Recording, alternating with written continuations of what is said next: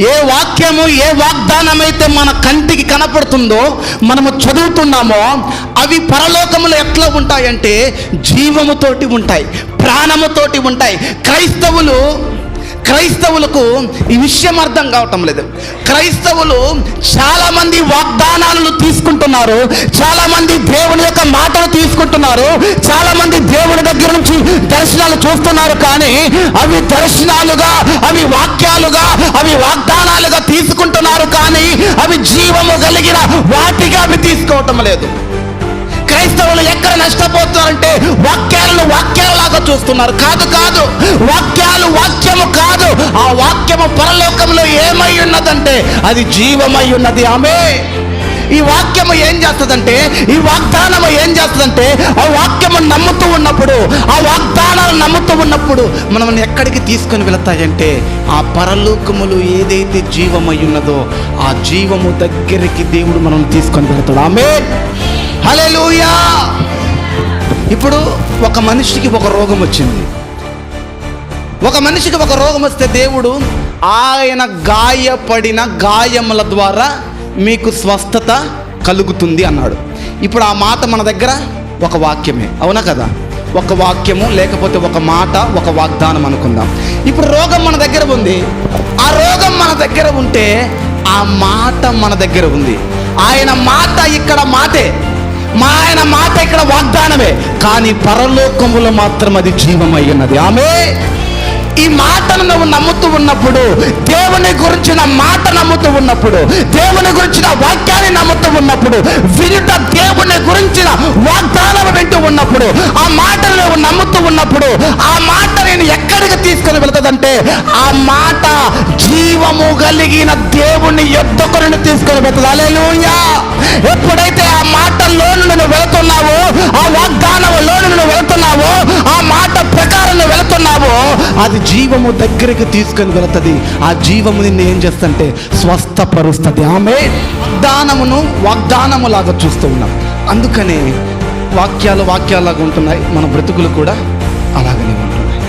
దేవుడు మంచివాడే, దేవుడు స్వస్థపరిచేవాడే, దేవుడు బాగు చేయవాడే, దేవుడు ఎడారిగా కనపడుతున్న మన యొక్క జీవితాలను ఆయన సెలయేరుగా మార్చే దేవుడే. కానీ ఇంకా మన జీవితాలు ఎడారిగా, ఇంకా మన జీవితాలు అనుభవంలోనే ఉండడానికి కారణం ఏంటంటే మనం వాక్యాలలాగానే చూస్తున్నాం. దాని వెనకాల జీవము కలిగి ఉన్నదని మనము చూడాలి. హల్లెలూయా. అబ్రహాముతో ఒక మాట చెప్పాడు, అబ్రహామా, నీవు కలిగి ఉన్న ఒక్క కుమారుని తీసుకొని వచ్చి నాకు బలి అర్పించు అనగానే ఆయన మాటను పట్టుకొని ఆయన ప్రయాణము కొనసాగిస్తున్నాడు. అలా కొనసాగించుకుంటున్నాడు. మీరు గమనించండి, మాట ఇచ్చిన రోజే అక్కడ గొర్రెపిల్ల సిద్ధపరచబడింది. ఆమేన్, హల్లెలూయా. నీకు దేవుడు ఏ రోజైతే ఒక వాగ్దానము, ఒక మాట దేవుడు ఇచ్చాడో ఆ రోజే దానికి ఆన్సర్ కూడా పరలోకములు సిద్ధము చేయబడింది. హల్లెలూయా. ఎందుకంటే నీవు వింటున్నది ఒక మాటే, నీవు వింటున్నది ఒక వాగ్దానమే, కానీ దేవుని దగ్గర దాని వెనకాల ఉన్న జీవం ఉంది. హల్లెలూయా. విశ్వాసులందరూ, దేవుని నమ్ముకున్న బిడ్డలందరూ ఈ కోణములోనికి రావాలి. ఈ కోణములోనికి ఎందరైతే సంఘములో నడిపించబడతారో వాళ్ళందరూ దేవుని దగ్గర అనేకమైన విజయాలను చూస్తారు. అబ్రహాముకు దేవుడు చెప్పాడు, దేవుడు చెప్పినట్టుగానే అబ్రహాము ప్రయాణాన్ని కొనసాగించాడు. ఆయన మాటను పట్టుకొని ప్రయాణం కొనసాగిస్తే ఆ మాట ఎక్కడ తీసుకుని వచ్చింది? తన కొడుకును బలి దగ్గర తీసుకొచ్చి గొర్రె పిల్ల బలి దగ్గరికి తీసుకొని వచ్చింది. హల్లెలూయా. ఈ జనాలలో నెట్టుకుంటూ వెళుతూ ఉంది. అలా నెట్టుకుంటూ వెళుతూ ఉంది. ఆమె మనస్సులో, ఆయన హృదయంలో ఏ మాటను పట్టుకొని వెళుతుందంటే ఆయన మాటను పట్టుకొని అలాగూ ముందుకు వెళుతుంది. ఆయన వస్త్రపు చెంగు తాకితే చాలు నా రక్తధార కట్టుకుంటుంది. ఆయన వస్త్రపు చెంగుతో తాకితే చాలు అని ఆ మాటను పట్టుకుంటూ యేసు ప్రభు యొక్క చెంగును తాకగానే ఆ యొక్క ధార కట్టుకుంది. హల్లెలూయా. అంటే ఆ మాట, ఆ హృదయములో అనుకున్న ఆ మాట, ఆమె నమ్మిన ఆ మాట, ఆమె విశ్వసించిన ఆ మాట ఏమైందంటే జీవము దగ్గరకు నడిపించింది. హల్లెలూయా.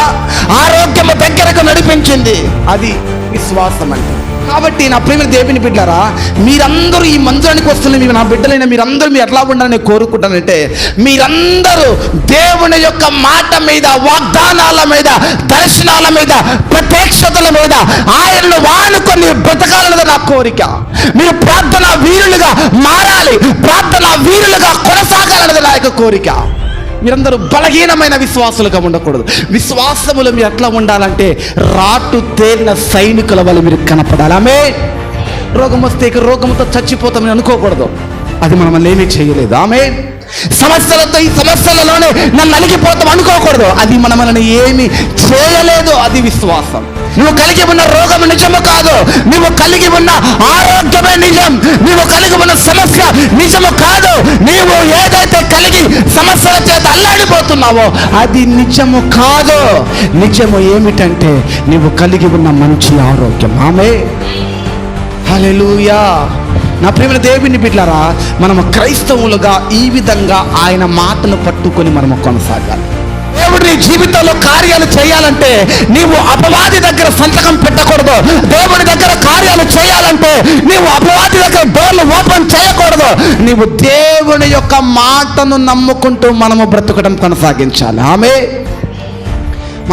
నీకు తెలియకపోయినా కానీ నీవు విన్న వాక్యము, నీవు నమ్మిన వాగ్దానము, నీవు విన్న ఆ చెవుల నుండి నీ హృదయంలోనికి వెళ్ళిపోయిన ఆ వాగ్దానము అపవాదికి తెలుసు.